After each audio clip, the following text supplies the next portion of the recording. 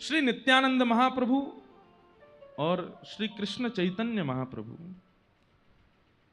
सबसे पहली बात तो बहुत गंभीर है ये चरित्र, इसलिए खूब भाव से सुनिएगा और प्रयास कीजिएगा कि आप लोग जहां जब लेट भी आ रहे हैं तो आके बैठ जाएं और जिनको जाना होता है वो पीछे ही बैठ जाएं। बस भाव से सुनिए।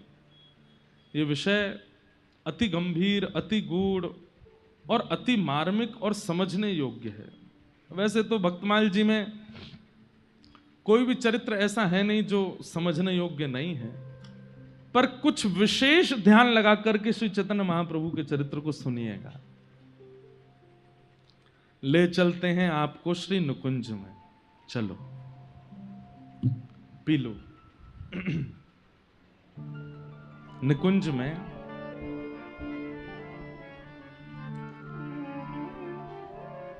नित्य केली करते हैं श्री राधा माधव।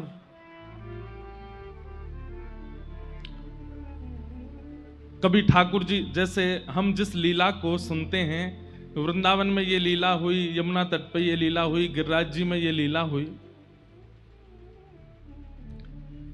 कई बार कई लीलाएं प्रकट रूप से धाम में नहीं हुई हैं, पर फिर भी वो लीला चलती रहती है। क्यों? निरंतर गोलोक धाम में ठाकुर जी की लीला चलती ही रहती है, उसमें कभी विश्राम नहीं होता।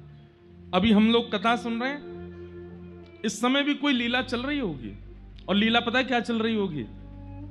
आज छठी उत्सव मनाना होगा निकुंज में, सब सखियां घेर करके ठाकुर जी को छठी मना रही होंगी, और फिर आज छठी उत्सव विश्राम होते ही कल से तैयारियां शुरू होंगी। क्यों? निकुंज में श्री राधाष्टमी मनेगी, श्री किशोरी जी को प्रादुर्भाव होगा। तो एक दिन निकुंज में एक खंभ की टेक लगा करके श्याम सुंदर बैठे हैं और अत्यंत गहन चिंतन में हैं, और मुखमंडल देख करके पता चल रहा है कि बहुत चिंतित हैं। तभी श्री प्रिया जी का आगमन होता है, और श्री प्रिया जी आकर के श्री चैतन्य श्री ठाकुर जी से कहती हैं, हे श्याम सुंदर, आपके मुखमंडल से ऐसा पता लग रहा है कि आप कोई गहन चिंतन में हैं, किसी अंतरंग विचार में हैं। कहा बात है, कहां सोच रहे हो? ठाकुर जी बोले, ना श्री जी, कछु बात ना, मैं तो ठीक हूं। हंसने लगे। तो जैसे कोई व्यक्ति चिंतित हंसता है ना, तो उसकी हंसी से पता चल रहा है चिंता में है, फिर भी हंस रहा है। किशोरी जी बोली, आपके हंसी से ही पता चल रही है कि चिंता में हो, जबरदस्ती हंस रहे हो। कहा बात है, मुझे बताओ। बहुत पूछने पर भी ठाकुर जी नहीं बोले। तो श्री जी ने हाथ पकड़ लिया, बोले, मुझको को बताओ, नहीं तो फिर देखियो मैं आज प्रसाद नहीं पाऊंगी, आज भोजन नहीं करूंगी। हठ पूर्वक जब किशोरी जी पूछने लगी, तब ठाकुर जी कहते हैं, मैंने ब्रजवासीन को कितनों विरह दियो ना। जिन ब्रजवासीन ने मुंह को पलकन पे रखो, जिन यशोदा मैया ने मुंह को कभी अपनी गोद ते उतरन नहीं दियो, जो नंद बाबा मेरे पीछे पीछे डोला करते, जो गोपियां जिनका जीवन ही केवल मैं था, ये मधुमंगल, श्रीदामा, ये जितने मेरे भक्त हैं, जितने मेरे सखा हैं, इनको जीवन प्राण में है, तो मेरे सिवा इनने कोई को कछु महत्व ही नहीं दियो। और आप तो केवल दर्शन भी मेरे देखती भी मुझे हैं, श्रृंगार भी मेरे भाव से करती हैं, अन्न जल भी वो सेवन करती हैं जिसमें कहीं ना कहीं मेरा भाव विराजमान हो।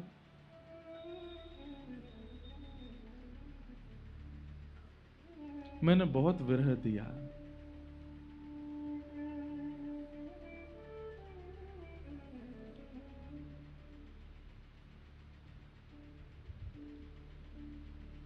किशोरी जी बोली, अब आप इस बात का चिंतन क्यों कर रहे हैं? इसके चिंतन का भाव क्या है? ठाकुर जी कहते हैं, मैंने गीता में एक बात कही है। बोले, कहा, ये यथामाम प्रपद्यन्ते ताम तथैव भजाम्य हम। जो मुझे जैसे भजता है, मैं भी फिर उसको वैसे ही प्राप्त करता हूं। श्री जी बोली मतलब? बोले मोए कभी कभी इतनो भार लगे अपने ऊपर, यशोदा मैया के अश्रुबिंद, मधुमंगल श्रीदामा के अश्रुबिंद, मेरी प्राण प्रिया श्री किशोरी जी के अश्रुबिंद, इन गोपीन के अश्रुबिंद, ये सब अश्रुबिंद मुंह को बहुत भार लगे। मैं निर्दयी नहीं हूं, पर मुकु लीला संवरण के लिए निर्दयी बनना पड़ो, और मैं हृदय पे पत्थर रख के व्रत छोड़ के चलो गयो। मैं तो रहो द्वारिका में, मैं तो रहो मथुरा में, इतने सुख में विराजो, और मेरे ब्रजवासी दिन रात रोते रहते मेरी याद में। श्री जी मैं इतना निष्ठुर नहीं हूं।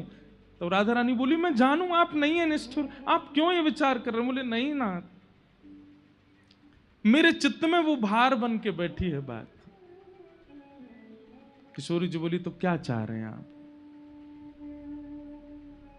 बोले अब मैं रोऊंगा, अब मैं रुदन करूंगा, और जितनों ब्रजवासी मेरे लिए रोए हैं उतनों ही मैं रोऊंगा, और उनते ज्यादा रोऊंगा, और रो रो करके बिलक बिलक करके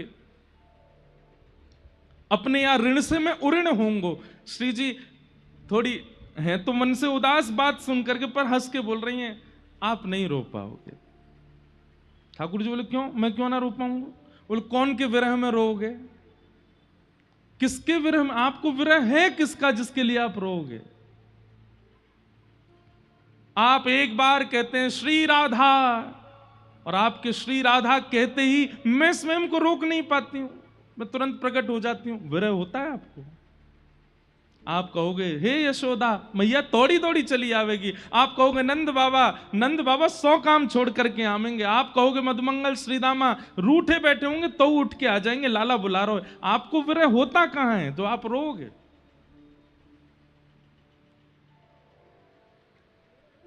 ठाकुर जी कहते हैं इसीलिए मैंने कुछ विचार किया है। बोले क्या? किशोरी जी मेरी बात ध्यान से सुनियो। किशोरी जी कह रही हाँ मैं सुन रही हूं, बताओ।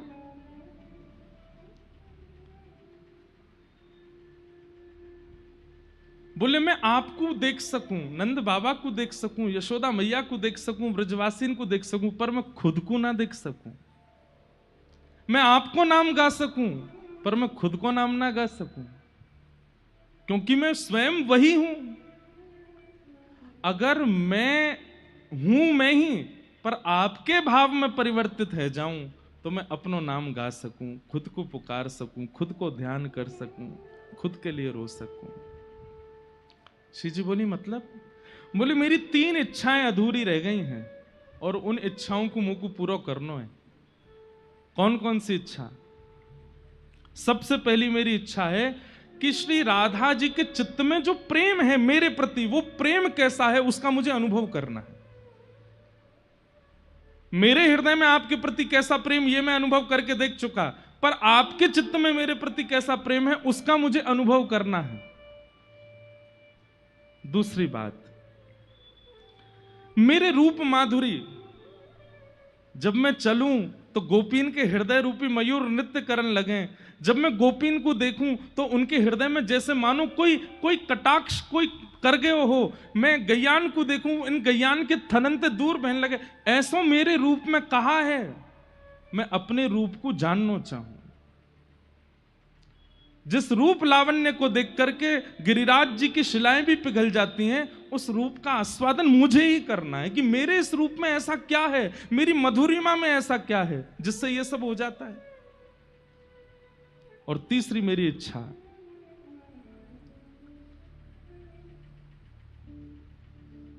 मेरी प्राप्ति होने पर मेरे प्रेमियों को किस सुख का अनुभव होता है, वो सुख मुझे अनुभव करना है। और उसके लिए हे किशोरी जी आप कृपा करो। बोले क्या कृपा करें? बोले आप तन तो रहेगा कृष्ण का, पर मन बना दो श्री राधा रानी का।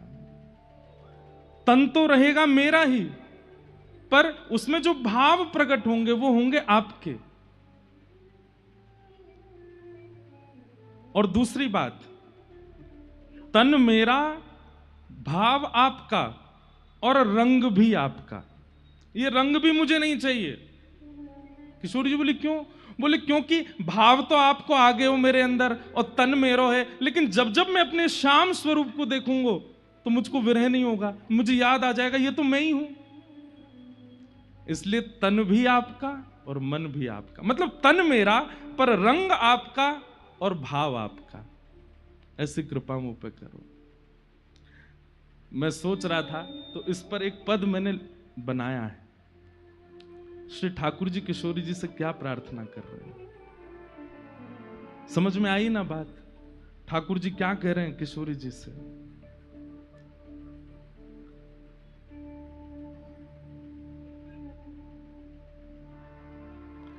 प्यारी मोहे, ठाकुर जी गा रहे हैं, अपनो भाव ही दीजे प्यारी मोहे, अपनो भाव प्यारी मोहे, अपनो ही भाव ही दीजे प्यारी मोहे, अपनो। सब लोग गाओ।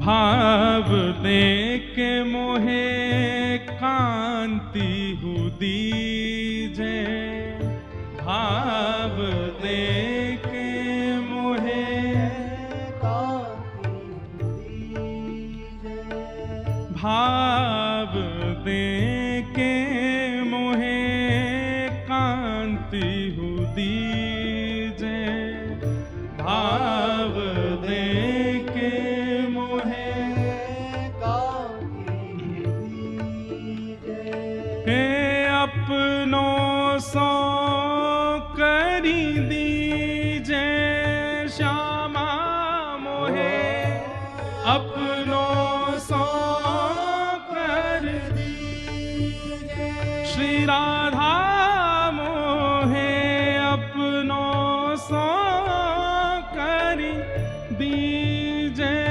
राधा मोहे, अपनो सो कर दीजे, हे प्यारी मोहे, अपनो भाव ही दीजे प्यारी मोहे, अपनो भाव ही दीजे। किशोरी जी कह रही हैं कहा करोगे मेरे भाव को लेकर के?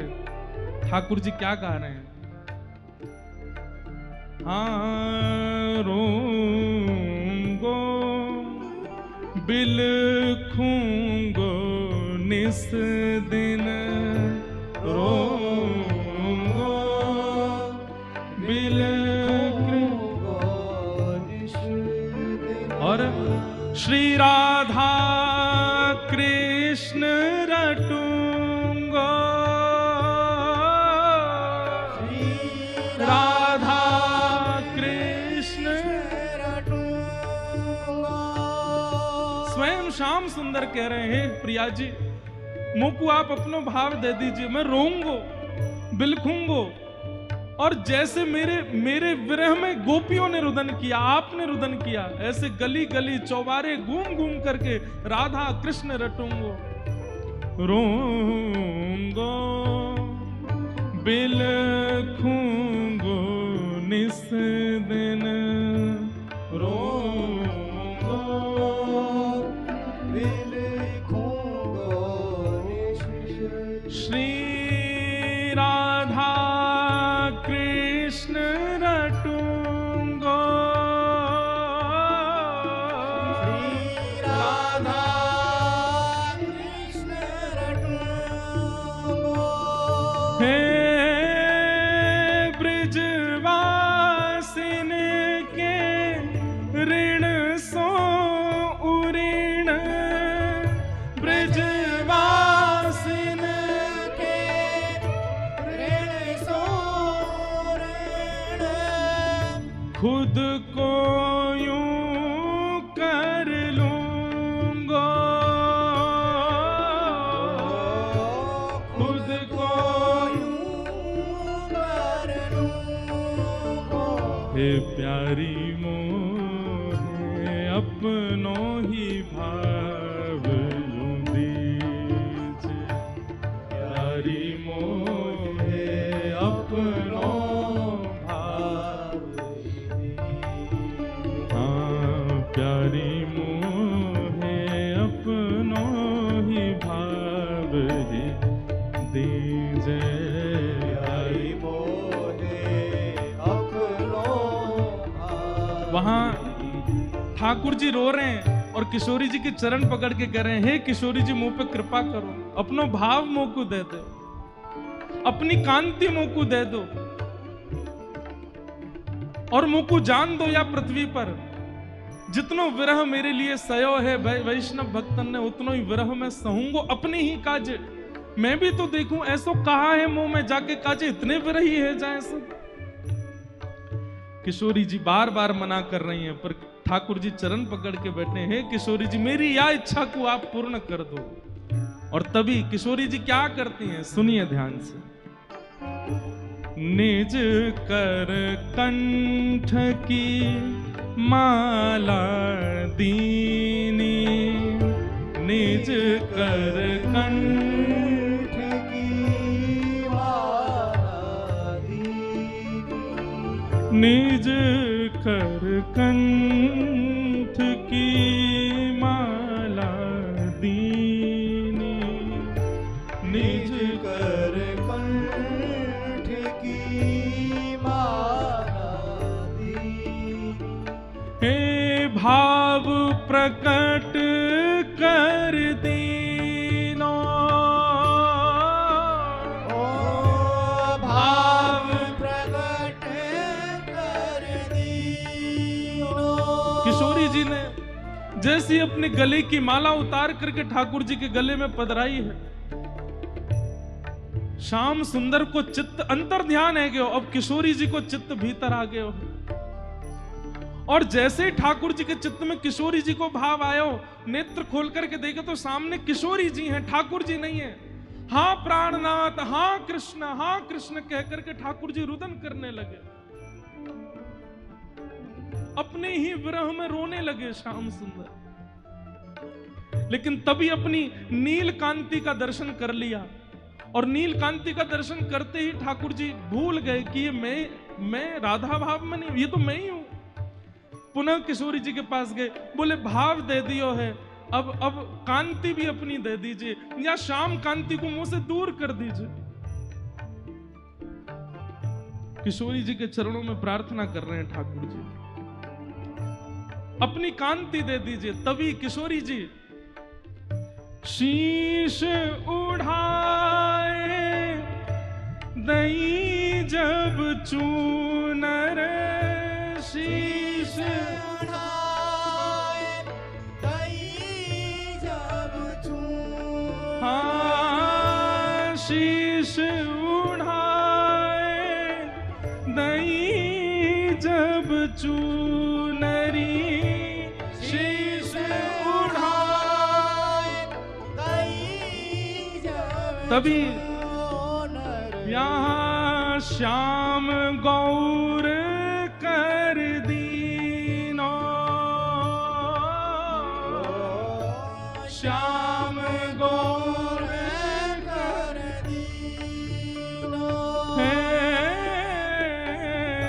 श्याम गौर कर दीनो, श्याम गौर कर दीनो, प्यारी मोहे अपनो भाव दीजे, प्यारी मोहे अपनो भाव दीजे, हे प्यारी मोहे अपनो भाव दीजे, प्यारी मोहे अपनो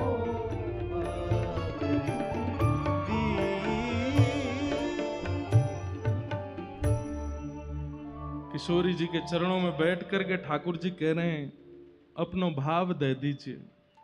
किशोरी जी ने अपनी जैसी कंठ की माला पहनाई तो श्री कृष्ण को हृदय अंतर ध्यान और श्री राधा भाव चित्त में प्रकट है गए हो। लेकिन अपनी कांति देख करके ठाकुर जी का विरह नहीं आया। तब चरणों में निवेदन किया, ये कांति भी छीन लीजिए। तब किशोरी जी ने अपनी चुनरी उतार करके जैसे ही ठाकुर जी को पहनाई तो गौ कृष्ण गौर कर दीनो, श्याम गौर कर दीनो। जो श्याम सुंदर हैं वही गौर बन करके प्रकट हो गए और वही हैं श्री कृष्ण चैतन्य महाप्रभु। मेरे मन में भाव आ रहे हो कि ये भाव तो कछु हर आचार्य को एक भाव अर्पित करें, तो ये भाव यहां आवे तो 1 घंटा पहले ही लिख के अर्पित कर दियो, या हमारे ना मिल लो मैं पूरे दिन आए, क्योंकि मैं कछु ना कछु बना तो रहूं। आहा, ठाकुर जी गौर हो गए। भाव भी किशोरी जी का है, कांति भी किशोरी जी की है, और अब गुरु भी किशोरी जी हैं। गुरु भी किशोरी जी को माना। भीतर और बाहर दोनों से प्रेमी, और किसके प्रेमी? अपने ही प्रेमी बन गए ठाकुर जी। अपना आस्वादन करना चाहते हैं कि ऐसा क्या है मुझ में जिसके लिए इतने विभोर होते हैं सब, जिसके लिए किशोरी जी ने इतना विरह सहा। अब देखूंगा मैं कि मुझ में ऐसा क्या है जिसके लिए इतना भाव।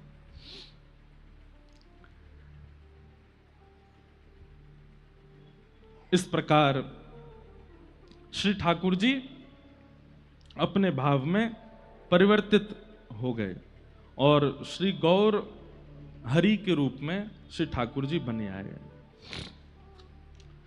ठाकुर जी को इस विरह भाव में देख करके जितनी भी वहां पर अष्ट सखियां आदि थी, वे सब ठाकुर जी के सखा आदि भी, वे सब भी आगे बोले कि श्याम सुंदर यदि पृथ्वी पर जाएंगे तो हम भी जाएंगे इनके साथ। कौन संभालेगा? जैसे किशोरी जी विरह में रहती थी तो ललिता विशाखा आदि सब सखियां थीं उनको संभालने के लिए, श्याम सुंदर जाएंगे तो इन्हें कौन संभालेगा? तो सब सखियां भी अलग अलग रूप धारण करके आई।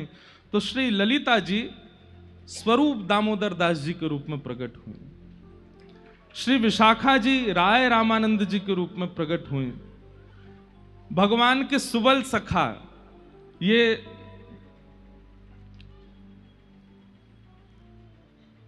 गौरदास पंडित के रूप में प्रकट हुए, भगवान के सखा श्री दामा अभिराम ठाकुर जी के रूप में प्रकट हुए, और 8 मंजरियां वे अलग अलग 8 आचार्यों के रूप में प्रकट हुई, जिनमें किशोरी जी की जो रूप मंजरी हैं वही श्री रूप गोस्वामी के रूप में प्रकट हुए, जिन्होंने श्री गोविंद देव जी को विराजमान किया। जो लवंग मंजरी हैं आप ही सनातन गोस्वामी के रूप में प्रकट हुई, गुण मंजरी श्री गोपाल भट्ट गोस्वामी जी के रूप में प्रकट हुई, तुलसी मंजरी दास गोस्वामी जी के रूप में, विलास मंजरी जीव गोस्वामी जी के रूप में, और मुंजला मंजरी श्री लोकनाथ गोस्वामी जी के रूप में प्रकट हुए। इस प्रकार आदि आदि ये सब किशोरी जी ने भेजे हैं कि जब कृष्ण चैतन्य बन करके जाएंगे, ये गौर हरि बन करके जाएंगे और विरह में जब व्याकुल होंगे कौन संभालेगा इनको? आप जाइए। और सब सखी सहचरी सबको भेजा है धराधाम पर, सब आए। अंग कांति और भाव कांति दोनों के मिश्रण से श्री गौर चैतन्य बन गए।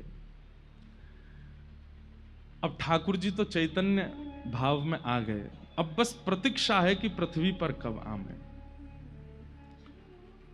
तो एक आचार्य चरण हुए हमारे श्री माधवेंद्र पुरी दास,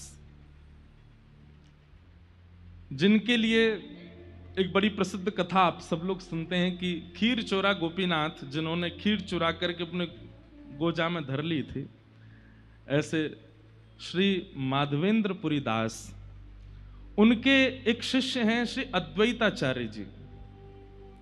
श्री अद्वैताचार्य जी को यह बात पता चली कि श्री ठाकुर जी कृष्ण चैतन्य के रूप में प्रकट होने वाले हैं, लेकिन कब होंगे? विचार कीजिए। श्री अद्वैताचार्य जी गंगा के तट पर शालिग्राम भगवान की सेवा करते हैं और 1 लाख तुलसी रोज चढ़ाते हैं, और 1 लक्ष तुलसी अर्पण करने का एक ही भाव रहता उनके चित्त में, क्या? मेरे गौर हरि कब आएंगे, मेरे श्याम सुंदर कब आएंगे, मेरे प्राणनाथ कब आएंगे। आप जल्दी कृपा करो कि वे अवतरित हों इस धरती पर। जो पाप बढ़ रहा है और जो भाव नष्ट हो रहे हैं लोगों के, उसके प्रादुर्भाव के लिए वे जल्दी प्रकट हों। इसलिए 1 लक्ष तुलसी नित्य चढ़ाते थे और नित्य चढ़ा करके श्री गंगा जी में प्रवाहित कर देते थे कि हे श्री गंगा जी, आप जाकर के सागर में मिलना और सागर से जाकर के श्रीमन नारायण के चरणों में इन तुलसियों को पहुंचा देना और उनसे कहना कि मैं प्रतीक्षा कर रहा हूं, वो कब आएंगे पृथ्वी पर। आपके साथ में श्री हरिदास ठाकुर रहते थे, वे भी इनकी सहभागिता में व्यक्त होते थे, सेवा में रहते थे। कहते हैं श्री अद्वैताचार्य जी इतनी तीव्र वेदना से पुकारते थे कि कभी कभी गोलोक धाम में बैठे बैठे प्रिया प्रियतम का सिंहासन हिलने लग जाता था। तो किशोरी जी कहती थी, हम आपसे पुनः कहें भैया बहुत सावधानी से सुनिएगा, ये बहुत गंभीर और बड़ा भाव में प्रसंग है। किशोरी जी कहती, हे श्याम सुंदर,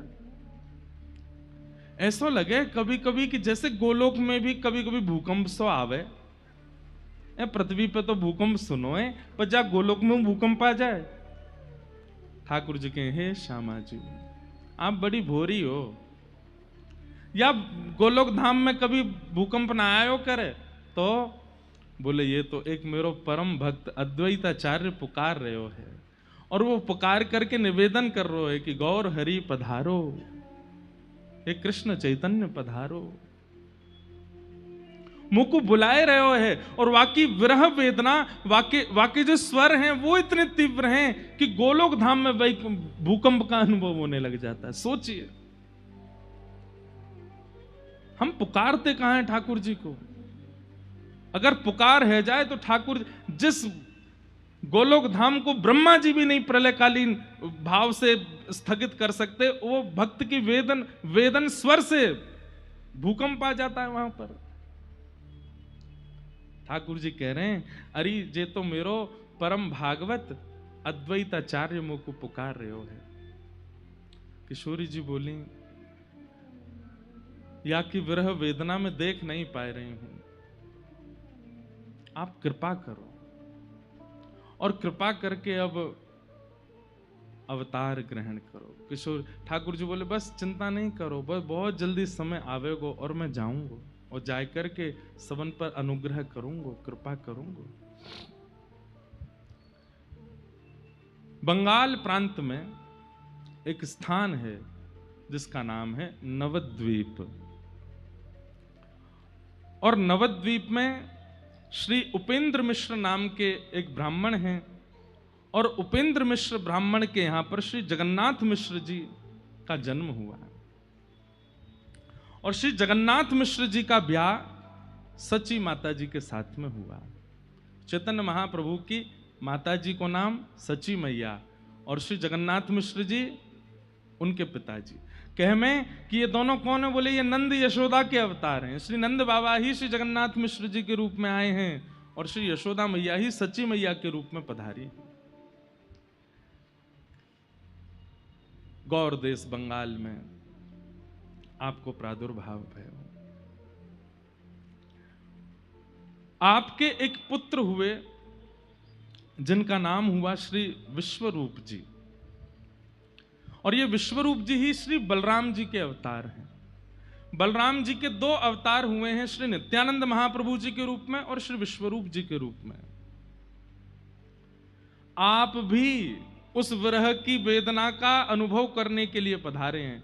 जब बलराम जी को पता चली कि लाला जा रहे हो पृथ्वी पे, तो श्री नित्यानंद महाप्रभु के रूप में वे भी पधारे, और श्री विश्वरूप जी के रूप में। फिर कथा आती, कल के प्रसंग में आएगा कि विश्वरूप जी और नित्यानंद जी जब दोनों मिले, तो श्री विश्वरूप जी नित्यानंद जी में ही विराजमान हो गए, ज्योति रूप एक हो गए, और श्री बलराम जी के रूप में श्री नित्यानंद महाप्रभु हो गए। तो सची माता के यहां एक लाला ने जन्म लियो, जिनको नाम है श्री विश्वरूप जी, जो कि श्री बलराम जी के अवतार हैं। ध्यान से सुनिएगा। बलराम जी के आगमन के बाद विश्वरूप जी के प्रादुर्भाव के बाद सची मैया के 8 बार गर्भ धारण हुआ, पर 8 बार गर्भपात हो गया। बालक ठहरते नहीं है गर्भ में, जिस कारण से सची मैया इतनी चिंतित रहती हैं। इनके सेवा में श्री दामोदर भगवान जी थे, ये उनकी खूब सेवा करती, आराधना करती, इत्र लगाती, माला पहनाती, तुलसी पधराती और चरणन में बारंबार निवेदन करती। मुझको बहुत डर लगे, मुझको बहुत पीड़ा होवे। अब जैसे कई माताओं को ऐसे भावना का अनुभव हो जाता है, भगवान करे किसी को ना हो, पर ऐसी क्रिया जिन माताओं के साथ हो जाती है ना, वो बहुत डरने लगती हैं फिर कि हमसे कोई अपराध ना बन जाए, हमारे किसी अपराध का हमको ये फल मिल रहा है, या हमारे द्वारा कोई गलती ना हो जाए। ऐसे सच्ची मैया बड़ी सावधानी रखती हैं और बड़ी सावधानी से अपना जीवन यापन करती हैं कि कोई अपराध ना बन जाए।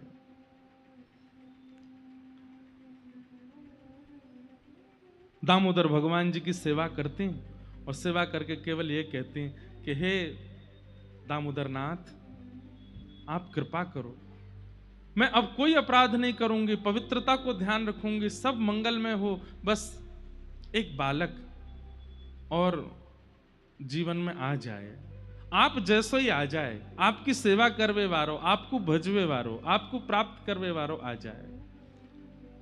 शुद्ध विचार और शुद्ध मनस्थिति ही ठाकुर जी को आगमन कराती है। हमारी विचारधाराओं में कहीं ना कहीं, हमारे आचरण में कहीं ना कहीं, हमारे भाव में कहीं किंचित कोई दोष रह जाता है, ठाकुर जी आते आते रुक जाते हैं। आप कहेंगे तो फिर आप ये क्यों कहते हैं कि ठाकुर जी भक्तवत्सल हैं, ठाकुर जी करुणा सिंधु हैं, वो दोष विचार नहीं करते?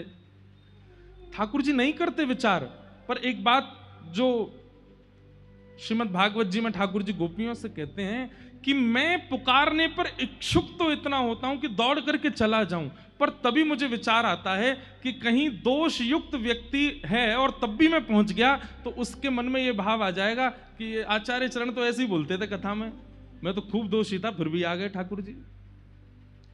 आचार्यों की वाणी कहीं मिथ्या ना हो जाए और कहीं उसके मन में यह भावना ना आ जाए कि दोष रहे आवे तो भी ठाकुर जी आ ही जाते हैं, और कहीं उसकी प्रेरणा से और लोग भी दोषयुक्त ना रह जाएं। समझ रहे हैं ना बात? इसलिए ठाकुर जी किंचित भाव के दोषों को देख लेते हैं कि कहीं विचार और भावों में तो दोष नहीं है, और विचार और भावों में अन्य अन्य दोष आ भी जाएं तो भी ठाकुर जी आ जाते हैं, पर कहीं मात्सर्य दोष आ जाता है, ईर्ष्या का दोष। एक बात हमारी लिख लीजिएगा कंठीबद्ध होकर के, ईर्ष्या का दोष यदि चित्त में है तो कितनों नाम जप कर लो, कितनों भजन कर लो, कितनों तिलक लगा लो, कितनों गुरु जी के चरण धो धो के पी लो, नहीं मिलेंगे ठाकुर जी। ईर्ष्या दोष ठाकुर जी को प्रिय नहीं है बिल्कुल भी। काम दोष है तो भी ठाकुर जी मिल जाएंगे, क्रोध दोष है तो भी मिल जाएंगे, अन्य अन्य दोषों से युक्त हैं तो भी ठाकुर जी अनुग्रह कर देंगे, पर ईर्ष्या दोष पे नहीं।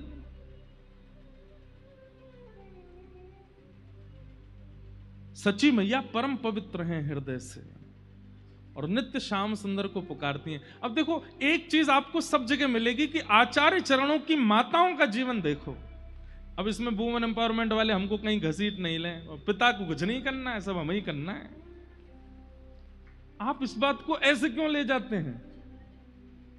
पिता के अथक प्रयास से कुछ नहीं होने वाला, बेटा केवल खाएगा पिएगा सोएगा, पर उसके भीतर अंतरंग का जो निर्माण है वो तो मां के स्वभाव से ही होगा।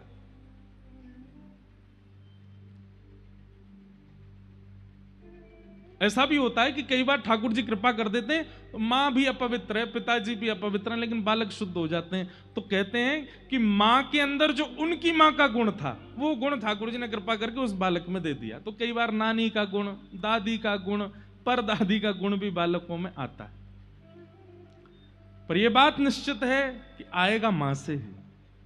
इसलिए मां का पवित्र होना बहुत। कल हम लोग सुन रहे थे कि वहां श्री रामानुजाचार्य जी की माता जी या फिर श्री सटकोप स्वामी जी की माता जी, वो भी ठाकुर जी को देख करके मन में भाव रखते हैं आप जैसा लाला हो जाए, बस आपकी सेवा करने वाला हो जाए।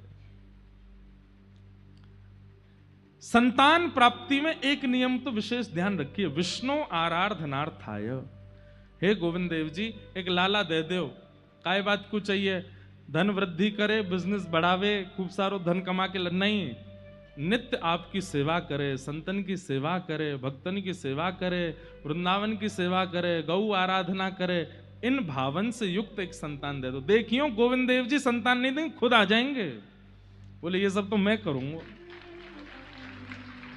हम मांगते क्या हैं? धन वर्धन करने वाला हो, व्यापार वर्धन करने वाला हो, वंश वर्धन करने वाला हो। तो फिर ठाकुर जी काने लूले नहीं भेज दें, ले ये नहीं दे, यही करेंगे वंशवर्धन।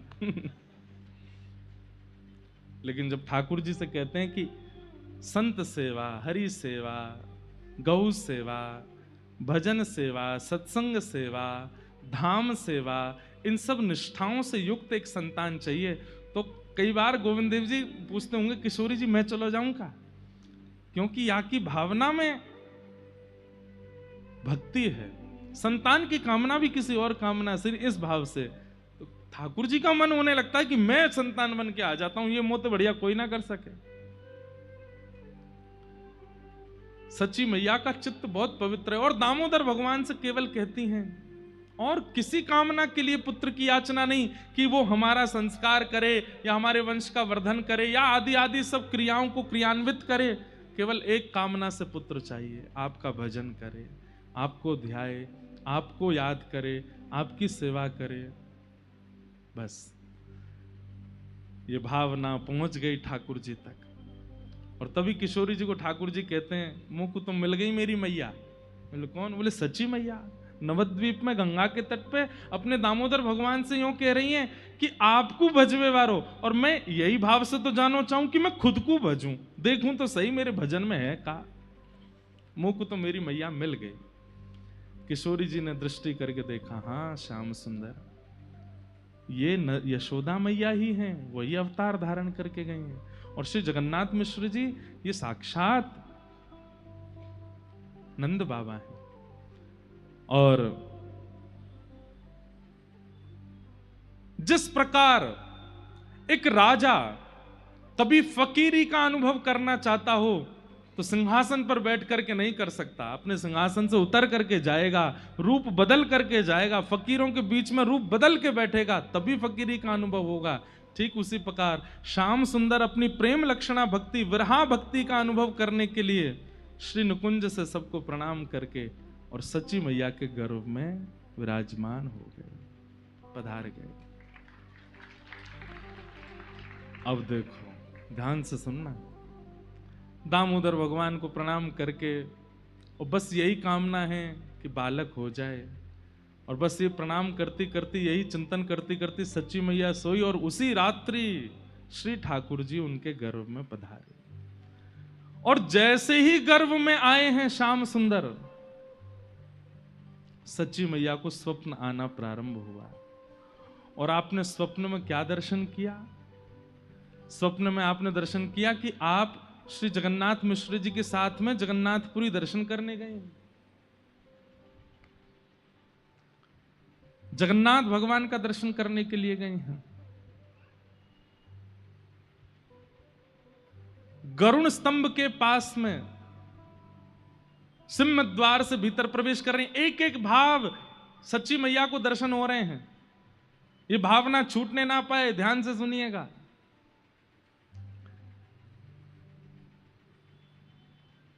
सच्ची मैया को स्वप्न दिखता है कि जगन्नाथ मिश्र जी उनको जगन्नाथपुरी की यात्रा पर ले गए हैं। सिंह द्वार से भीतर प्रवेश कर रही हैं। पतित पावन भगवान सब दर्शन कर रहे हैं, लेकिन पतित पावन भगवान सच्ची मैया को देख रहे हैं अपनी नेत्रों से। और जैसे ही नेत्र उनकी तरफ हुए तो सच्ची मैया बोलती हैं, हे जगन्नाथ मिश्र जी देखियो, ऐसा लग रहा है पतित पावन भगवान मुझे देख रहे हैं। बोले नहीं, तुम्हें नहीं देख रहे, वो सामने ही देख रहे हैं। आप लोग जगन्नाथपुरी गए हैं ना, वो द्वार पे ही भीतर प्रवेश करते ही पतित पावन भगवान है। सीढ़ियां चढ़ने लगी सच्ची मैया, स्वप्न देख रही हैं। और जैसे ही परिक्रमा लगा करके जा रही हैं तो क्या देख रही हैं? जगन्नाथपुरी मंदिर में जितने भी मंदिर देवालय हैं, सबके ठाकुर जी अपने अपने द्वार देहरी पर बाहर आकर के सच्ची मैया को प्रणाम कर रहे हैं। और ये देख करके सच्ची मैया बार बार जगन्नाथ मिश्र जी से कह रही, देखियो ये तो देवता सब बाहर आ गए, ये देखो ये भी देवी बाहर आ गई, ये तो गणेश जी बाहर बैठे हैं। बोले बाहर नहीं है देवी, अंदर बैठे हैं सब। सच्ची मैया को स्वप्न अनुभव हो रहा है। जैसे ही आपने जगन्नाथ मंदिर में प्रवेश किया और गरुण स्तंभ के पास से दर्शन की आज भी विधा है। गरुण स्तंभ के पास जाकर के जैसे ही सच्ची मैया ने पहले बलभद्र जी को देखा, सुभद्रा जी को देखा, और जैसे ही जगन्नाथ जी को देखा तो जगन्नाथ जी को देखते ही जगन्नाथ जी मंद मंद मुस्काने लगे और मुंह खोल खोल करके बार बार जैसे मानो मैया मैया कह करके सच्ची मैया को पुकार रहे हूं।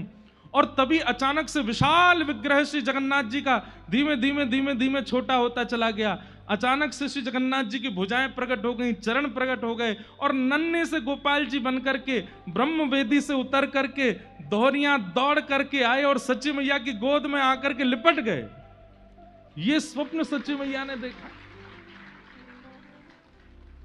बंधुओं, श्री गौर हरि कौन है? जब लीला संवरण करते हैं श्री चैतन्य महाप्रभु, प्रकट भी श्री जगन्नाथ जी से हो रहे हैं आज सच्ची मैया के पास में। और जब आप लोग सुनेंगे कि श्री चैतन्य महाप्रभु लीला विजय कर गए, तो उस दिन भी सुनेंगे कि दौड़ करके श्री जगन्नाथपुरी मंदिर में प्रवेश करते हैं और गरुड़ स्तंभ के पीछे से दौड़ करके जाते हैं और श्री जगन्नाथ जी में ही विलीन हो जाते हैं। चैतन्य महाप्रभु साक्षात श्री कृष्ण हैं, कोई अंतर नहीं। घबरा करके मैया के नेत्र खुले और यही स्वप्न सच्ची मैया जगन्नाथ जी को सुनाती हैं। जगन्नाथ मिश्र अपने पति देव को, मैंने अभी एक स्वप्न देखो। बोले कहा?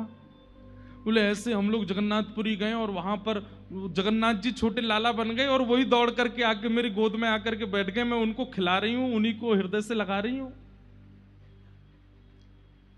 देवी, ये तो शुभ है, ठाकुर जी का दर्शन होना स्वप्न में, ये तो अच्छी बात है, इसमें चिंता क्यों करती हो? चलो स्नान ध्यान करो, सेवा करो। सच्ची मैया स्नान ध्यान कर रही है, लेकिन चिंतन में वही चल रहा है कि जगन्नाथ जी, अच्छा स्नान करके आप जैसे ही बाहर आई तो आपके श्री अंग में वो लक्षण प्रकट होने लगे जो एक गर्भवती माता के होते हैं। आपको पीड़ा जैसी होने लगी, वमन की सी स्थिति बनने लगी। तो आपने जाकर के श्री जगन्नाथ मिश्र जी से कहा कि नहीं, थोड़ा दाई माँ को बुलाओ ना, मुझे कुछ अनुभव हो रहा है। तो जैसे ही दाई माँ आई, आकर के उन्होंने जैसे ही सच्ची मैया की नाड़ी देखी और देख करके तुरंत प्रसन्न होकर के श्री जगन्नाथ मिश्र जी से कहा, बधाई हो, घर में नन्ही किलकारी आवे वारी है, आज सच्ची मैया को गर्भ होने का अनुभव हो रहा है। उसी रात में स्वप्न हुआ, मतलब स्वप्न के द्वारा ही श्री जगन्नाथ जी गर्भ में पधार गए हैं सच्ची मैया के।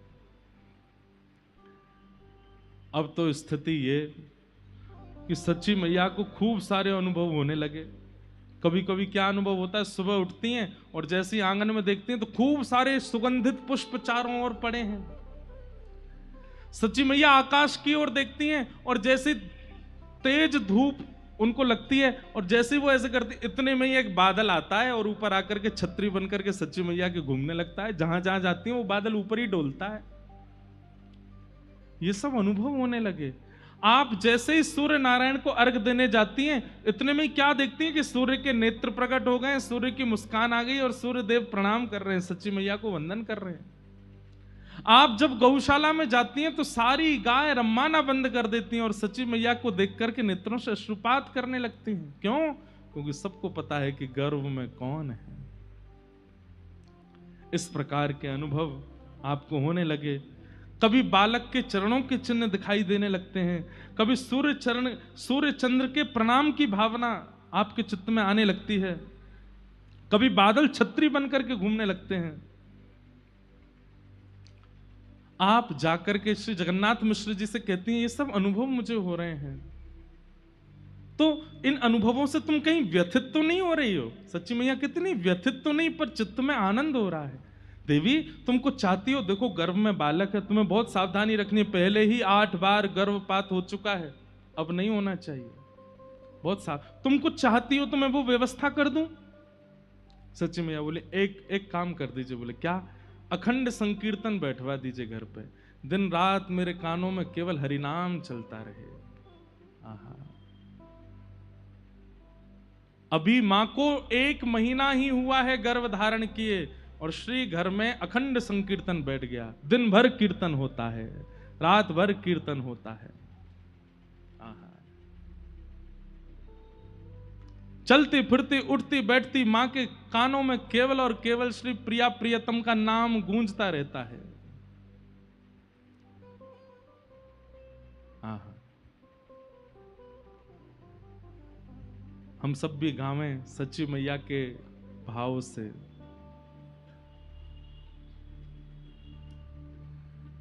हे भजो मुकुंद माधव मुरारी, भजो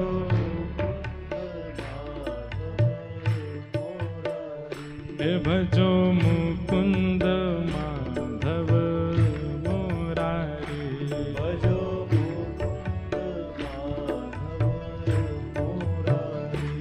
ओ गिरधारी बनवारी,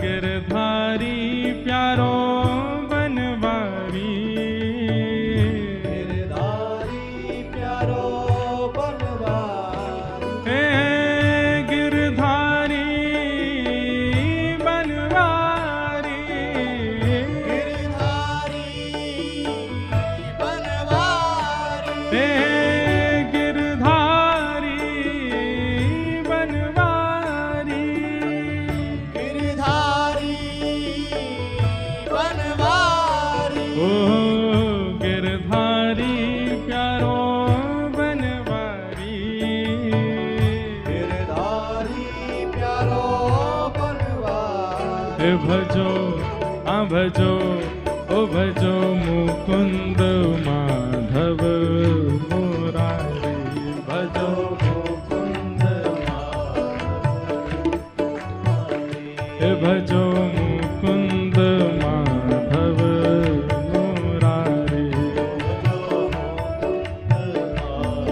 अब तो स्थिति ये है, सच्ची मैया घर में काम करती रहती हैं और कानों में ध्वनि जाती है, कभी बाहर जाती हैं, कुछ क्रिया करती हैं, उस समय भी कानों में ध्वनि, स्नान करती हैं, ध्यान करती हैं, हमेशा सोते हुए भी कानों में केवल गिरधारी प्यारो बनवारी, गिरधारी प्यारो बनवारी, हाँ गिरधारी प्यारो बनवारी, गिरधारी प्यारो बनवारी, हे गिरधारी बनवारी, गिरधारी बनवारी, हे गिरधारी बनवारी, गिरधारी बनवारी, हे भजो मुकुंद माधव मुरारी, हे भजो मुकुंद माधव मुरारी, हे भजो मुकुंद माधव मुरारी, भजो मुकुंद माधव मुरारी, हे भजो माधव केशव गिरधारी, भजो माधव केशव गिरधारी। हे राधे राधे गोविंद गोविंद राधे, राधे राधे गोविंद गोविंद, हे भजो राधे राधे गोविंद गोविंद राधे, राधे राधे हे गोविंद राधे गोपाल राधे,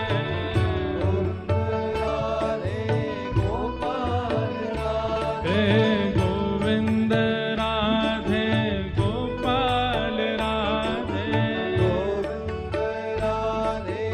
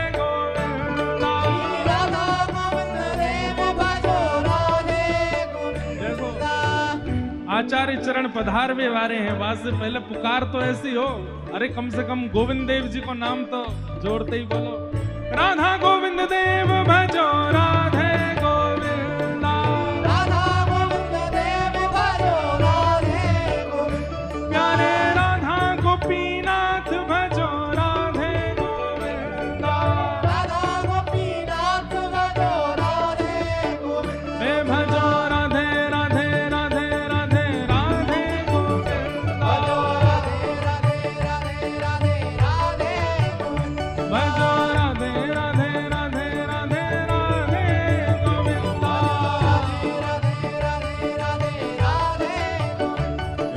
राधे राधे गोविंद गोविंद राधे,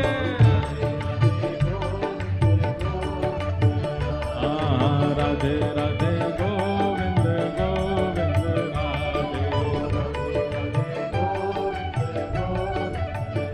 हे गोविंद राधे गोपाल राधे, हे गोविंद राधे गोपाल राधे, हे भजो गोविंद राधे गोपाल राधे,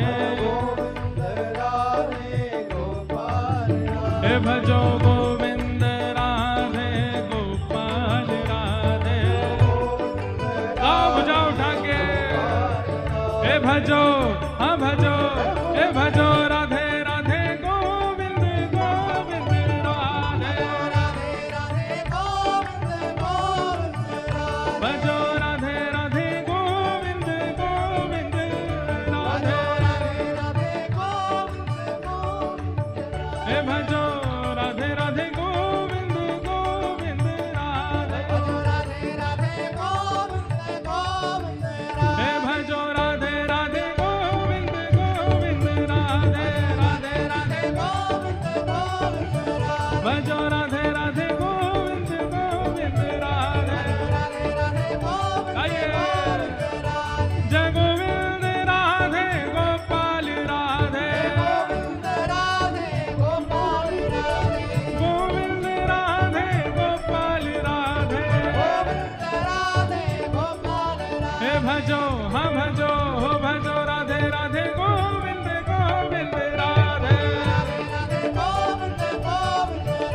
भजो राधे राधे गोविंद गोविंद राधे,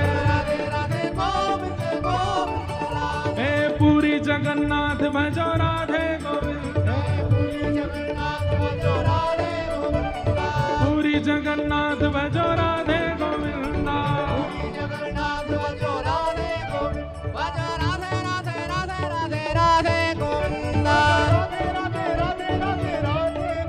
भजो राधे राधे राधे राधे राधे गोविंद, हे भजो हे भजो हे भजो पुरी जगन्नाथ भजो राधे गोविंद, हे भजो राधे राधे राधे राधे राधे गोविंद, हे राधे राधे राधे राधे राधे गोविंद, हे राधे राधे राधे राधे राधे गोविंद,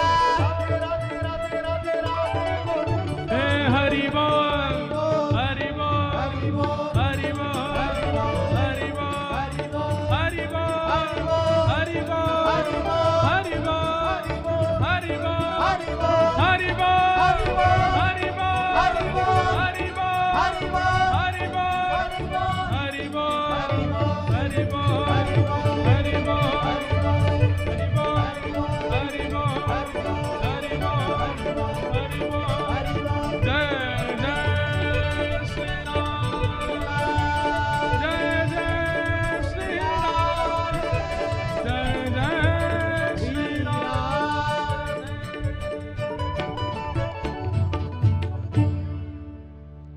मैया तेरे पाँव पड़ूं एक बार हरि बोल, मैया तेरे पाँव पड़ूं एक बार हरि बोल, भैया तेरे पाँव पड़ूं एक बार हरि बोल, भैया तेरे पाँव पड़ूं एक बार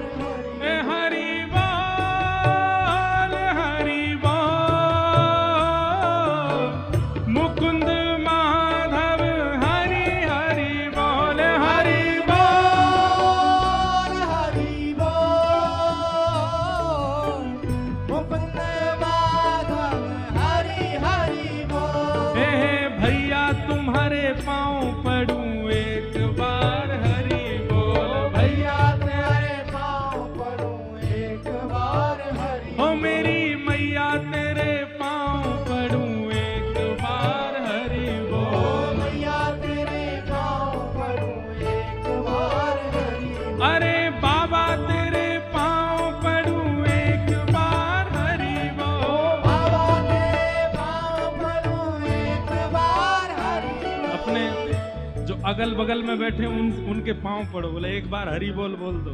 ए मैया तेरे पाँव पड़ूं एक बार हरि बोल